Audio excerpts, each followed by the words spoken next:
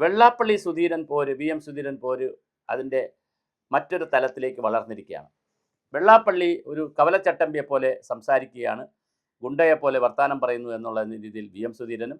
V M Sudheeran പിന്നെ പഞ്ചറായ വണ്ടിയാണ്, അദ്ദേഹത്തിന് കട്ടപ്പുറത്തിരിക്കുകയാണ്, ഒരു കാര്യമില്ല. 10 വർഷത്തിന് മുമ്പേ ഇതൊക്കെ മതിയാക്കി അദ്ദേഹം തുറ്റം പാടിയിരിക്കുന്നു. ഇനി അദ്ദേഹം തോൽപ്പിച്ചതാണ് ഞങ്ങൾ, ഇനി അദ്ദേഹത്തിന് കേരള രാഷ്ട്രീയത്തിൽ ഒന്നും ചെയ്യാനില്ല, ചുമ്മാ വിടുവായത്തം പറയുകയാണെന്നാണ് വെള്ളാപ്പള്ളി നടേശൻ പറയുന്നത്. എന്തായാലും ഒരു കാര്യം വളരെ സീരിയസ് ആയിട്ടുള്ളൊരു വിഷയമാണ്.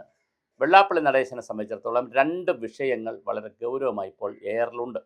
ഒന്ന്, കെ കെ മഹേശൻ്റെ മരണം. അത് ഉഷാദേവി ഭാര്യ കൃത്യമായി കേസ് കൊടുത്തിരിക്കുന്നു, പരാതി കൊടുത്തിരിക്കുന്നു. പരാതി കൊടുത്തതുകൊണ്ട് തന്നെ അതിനകത്ത് അന്വേഷണം മുന്നോട്ട് പോയാൽ വെള്ളാപ്പള്ളിയെയും ചോദ്യം ചെയ്യും.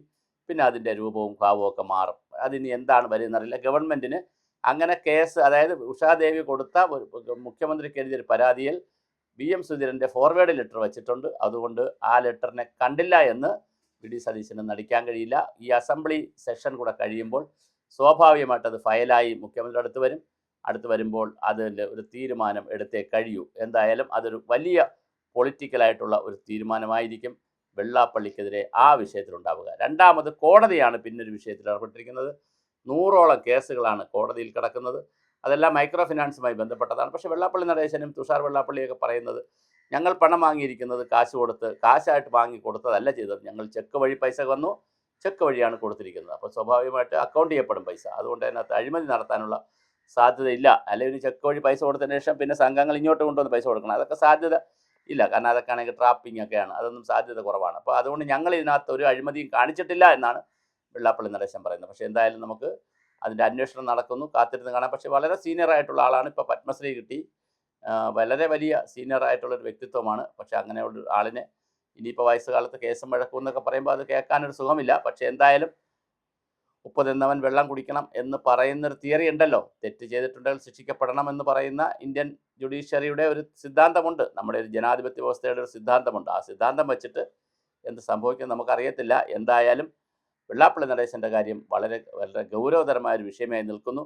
അതിനിടയിൽ അദ്ദേഹത്തിനെ അറസ്റ്റ് ചെയ്യണമെന്നും അദ്ദേഹത്തിനെ ജയിലിലിടണമെന്നൊക്കെ പറഞ്ഞേക്കുള്ള ഒരുപാട് സോഷ്യൽ മീഡിയയും ബഹളങ്ങൾ നടക്കുന്നു. ശ്രീനാരായണ ധർമ്മ സംരക്ഷണ സമിതി, SNDPയുടെ സംരക്ഷണ സമിതി, പിന്നെ പ്രചരണ സമിതി, ഇങ്ങനെ കുറേ സമിതികളുണ്ട്, കുറേ എണ്ണമുണ്ട്. അവരെല്ലാവരും ഇങ്ങനെ പല ഡിമാൻഡുകളും വയ്ക്കുന്നു. സ്വാഭാവികമായിട്ട് വെള്ളാപ്പള്ളി നടേശൻ എന്ന് പറയുന്ന ആൾ ചെറിയ ആളല്ല.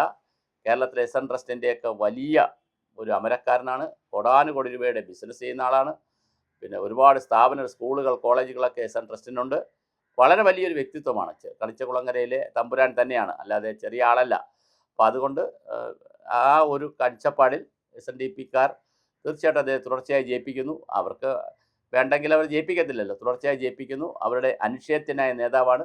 അതുകൊണ്ട് തന്നെ അത്ര എളുപ്പമല്ല അങ്ങനെ അറസ്റ്റ് ചെയ്യാനും ജയിലിടാനും ഒന്നും അത്ര എളുപ്പമല്ല. കാരണം അത്ര അനിശ്ചയത്തിനായ ഒരു നേതാവാണ് അദ്ദേഹം. എങ്കിലും കോടതിയുടെ വഴി നീങ്ങുന്നു.